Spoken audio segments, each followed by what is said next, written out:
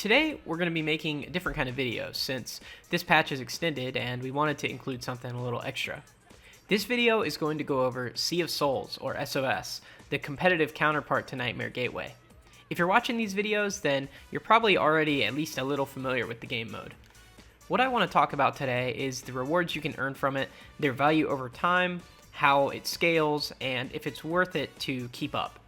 By the end of this video, my goal is to leave you with an informed opinion on SOS rankings.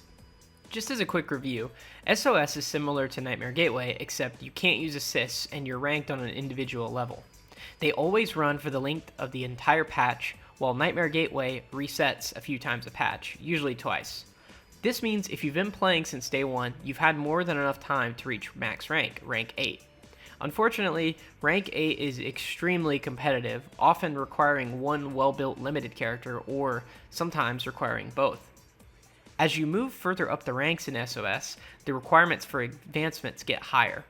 At first, they're just static score requirements, but eventually at tier 7, you have to rank within a top percentage of players, and then at rank 8, it maxes out and you can't go any higher. Instead, you compete to stay in the rank, which is essentially the top 1,000 players of your server that are in that rank. The scores vary pretty drastically for the first 250 players to the lower 750, and so far, with one good character, your chances of staying in 8-star are fairly high. While you are rewarded for your current placement in SOS, the amount of currency you get depends on your ranking, represented by your C level or class. These classes rank 1 through 5, with the higher number being better. Each time you move up the star rankings in SOS, you receive rank rewards, which are one time only. Now that we've laid the ground rules, let's review what all you get for reaching 8-star for the first time. For the first time rank reward, you get 700 metagems, 200 star crystals, a rank 8 overclock material, and 200,000 Kompaku gems. The standout from these rewards are the overclock material, with it being one of the rarest items in the game, and the substantial metagems. The next item you unlock is a Thieves' Den item, being the King Frost statue. Not only does this statue grant 6,000 Thieves' Den XP, which is quite a bit, but it also grants you a permanent buff, being a 1.5% flat damage increase in Nightmare Gateway, which, if you value the guild boss at all, it's a pretty insane permanent buff. In my opinion, these one-time rewards definitely make 8-star well worth trying to reach, at least once. This is a pretty safe opinion to have, and the more difficult question obviously is, when is it really worth staying in 8-star after getting these rewards? To answer that question, I feel like we have to look at the class rewards I mentioned before. Class rewards you can think of as your repeated rewards. They're ones you get no matter what and are rewarded at the end of the SOS competition period. So if you're making this decision, you're probably in either 7-star or 8-star, so let's compare those two class rewards. The metagem rewards are the exact same, and the star crystals only receive a very small increase. This brings us to our natural conclusion that the biggest determination whether or not you want to stay in 8-star depends on how much you value Repression Medal 4s.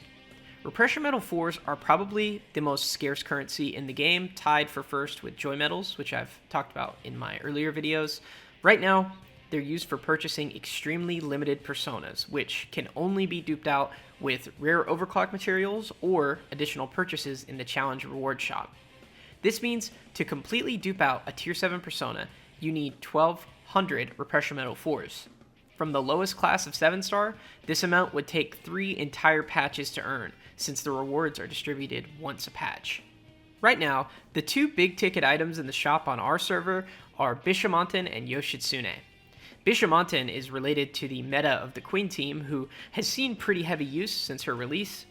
Yoshitsune is popular as more of a fan pick because he's cool, but also because he's a great persona and people are building him in preparation for a Wonder DPS Nightmare Gateway boss. This is Mara, but before, when he ran, we didn't exactly have Yoshitsune to use him, so people are kind of speculating on him coming back. I'll go into these personas in a lot more detail in one of our future videos, but for our purposes of valuing Repression Medal 4s, these two are your biggest concern at the moment. It's also worth noting that Vishnu is projected to drop next patch, who's going to be one of the best personas in the game moving forward, so that's also something to keep in mind. So, you might see this shop hear who the personas are, and notice that there isn't much urgency. After all, the trait increase on each persona really aren't that massive of a buff, and the main benefit comes from having enough to buy one.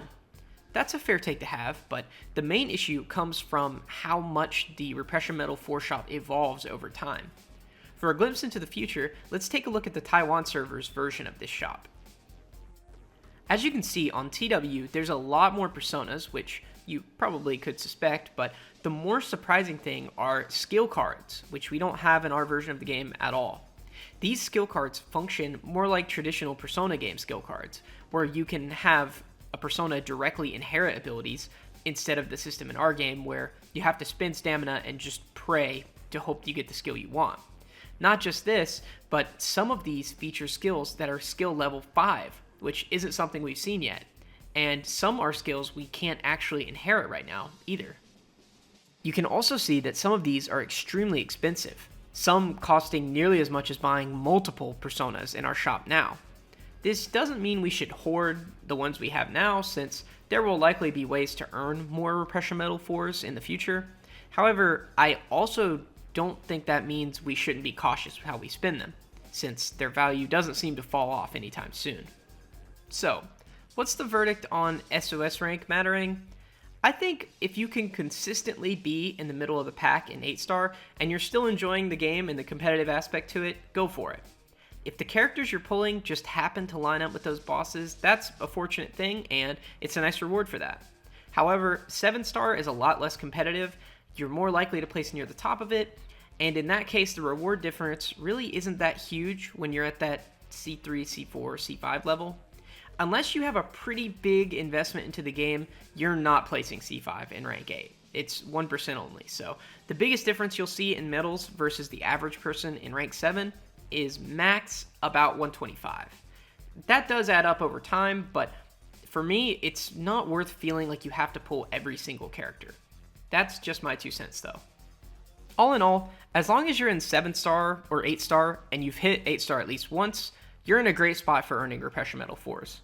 Hopefully, this has outlined the importance of this currency and helped to make up your mind on if 8-star is worth staying in, since I've seen a lot of talk about that lately.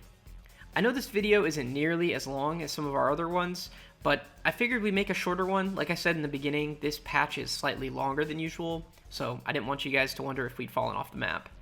Side note, thanks to everyone who showed up to our second stream. It was a lot of fun, and we had an even better time than we did with the first one, so I think we're starting to get the hang of it.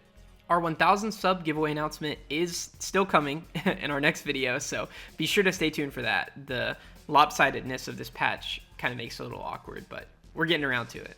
As always, thank you for watching.